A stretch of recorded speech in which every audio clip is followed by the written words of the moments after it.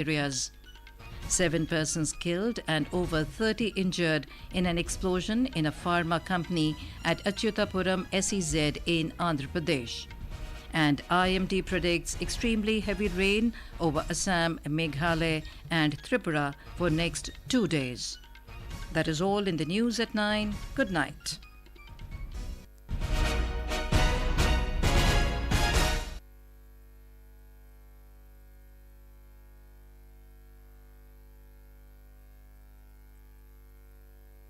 This is Akashvani. In the program Spotlight, now we bring you a discussion on India-Japan 2+2 Ministerial Dialogue. The participants are Major General Sudhakar Ji, Defence Analyst, and Manash Pratim Bhuyan, Journalist.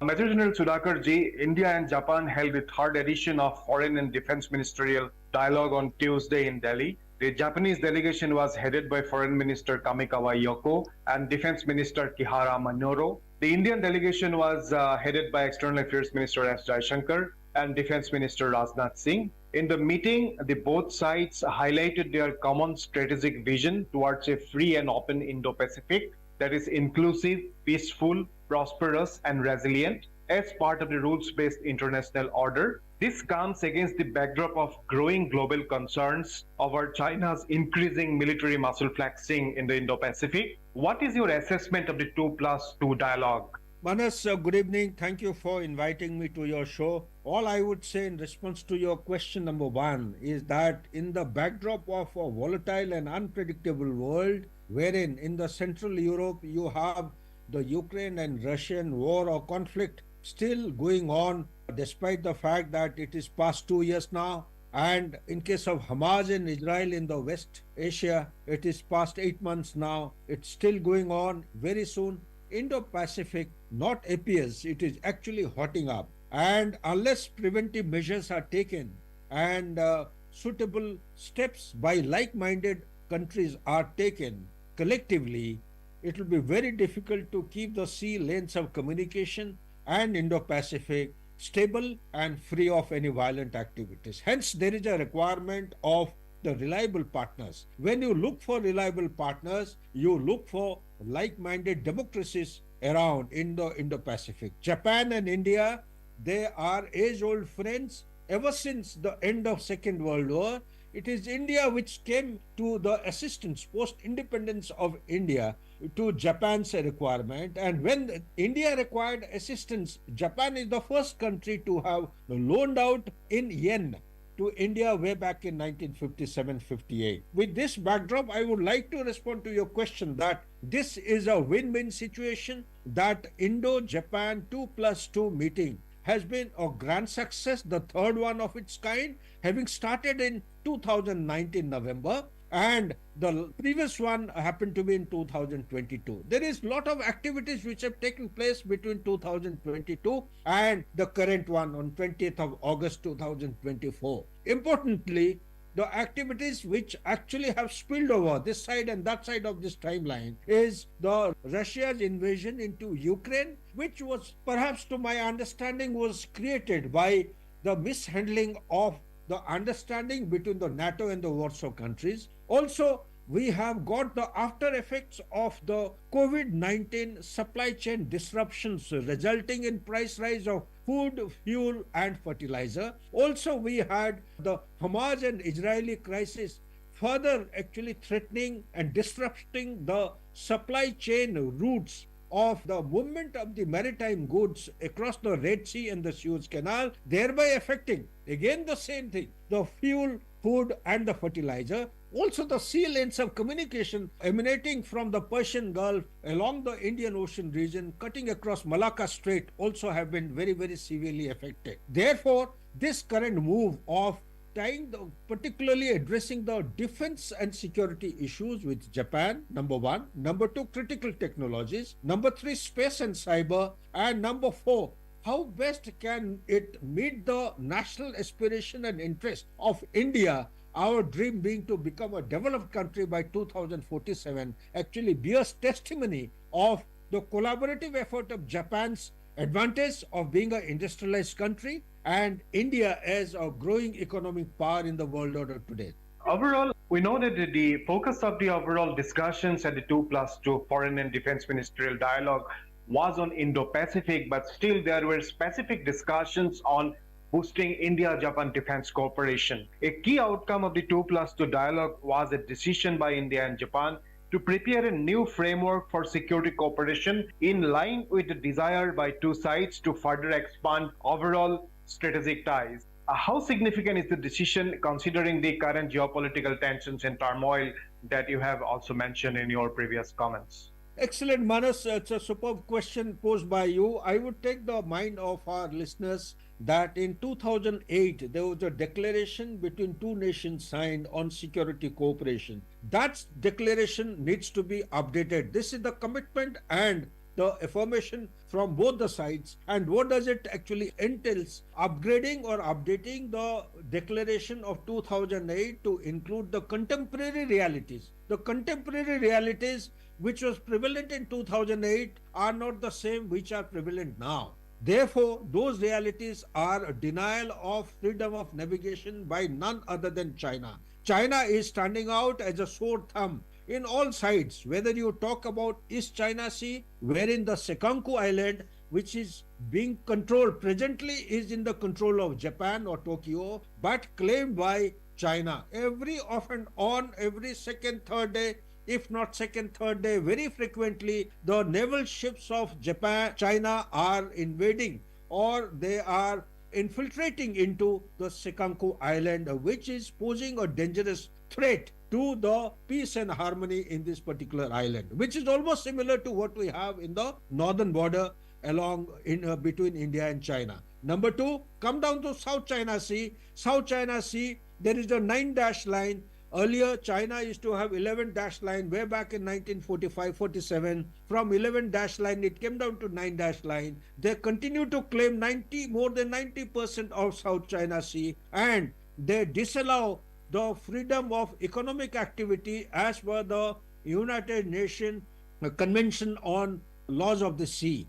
That laws of the sea, it allows every nation which is bordering a water body to carry out economic activity by 200 nautical miles, means 370 odd kilometers into the sea. Philippines has got the Philippine Sea to the west. It is free to carry out the activities, economic activities. However, China traveling its ships, actually sailing almost more than 1,000 kilometers from its coastline. They go up to the Philippines, they deny the freedom of economic activity. Same with the case with Paracel Island, same with the case with Spratly Island. And the one which I am mentioning is the Thomas Shoal, which the Philippines and the China, they have got into very serious altercations of the boats. China has been actually using all kinds of threats and all kinds of activities of intimidation, force, and applying the avoidable force and denying the rules-based international order. Also, there is another issue which is taking place, is that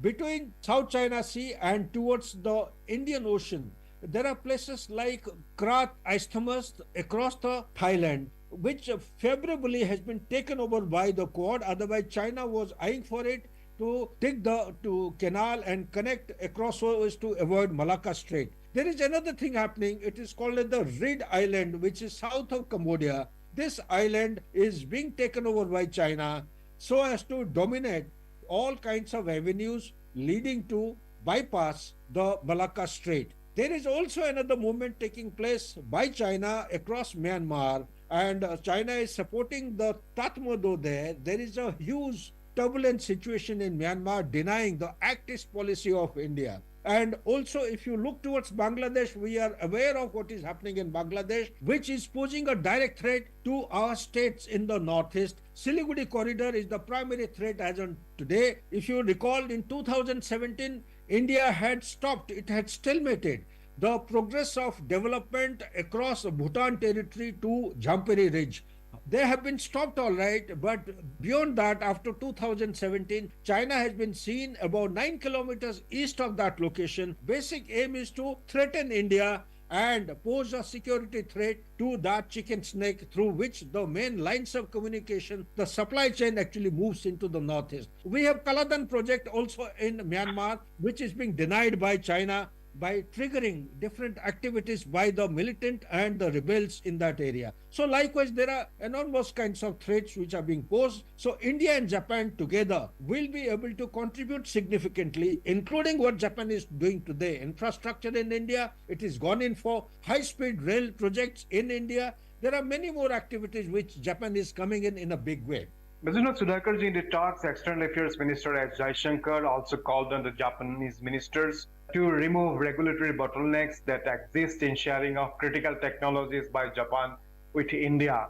We know the overall defense cooperation between the two sides are on an upswing in the last few years. We have various frameworks for defense cooperation, including military to military cooperation. However, the point raised by Jaishankar is very, very critical in advancing our defense cooperation to the next level. Do you think Japan has been reluctant in sharing critical technologies with India so that we can actually advance the overall ties? Manas, excellent question again. You see, any country for that matter, when it comes to the critical technology, will not be willingly giving out the critical technology unless the level of trust actually comes, so that mutually we enjoy that kind of degree of trust and relationship. So to my mind, this 2+2 having started in 2019, we are just 3 years old, and the strategic partnership has already been entitled to both the countries. And although there may have been some indication of hesitation on part of Japan in the past, my assessment and research indicates that Japan is one such country which is a willing partner for the development of India. It will not hesitate in sharing because it is bearing the brunt of the assertiveness of China as much as India is bearing the brunt of assertiveness of China along the northern border. So both the countries, they share a lot of factors of challenges of commonality. Therefore, Japan will be only too happy, like the way it is sharing this antenna meant for the naval ships, which is one of the best antennas in the world. The critical technology is going to be signed under the heading of Unicorn. Similarly, the defense cooperation that we are talking of for Atmanirbhar Bharat, whatever spare parts or transfer of technology is required by India, the indications have been given, assurances are being given by Japan to be shared with India to further the achievement of the goal of Atmanirbhar Bharat. And likewise, there are joint exercises which are being conducted. Recently, we had the Air Force of Japan, the Self-Defense Force and the Indian Air Force jointly carrying out exercise in their jurisdiction of area as also in our area under different names, and also the naval exercises are in progress. So therefore, in addition to that, Quad being what it is today, consisting of 4 members, there is also serious proposal of formation of Squad.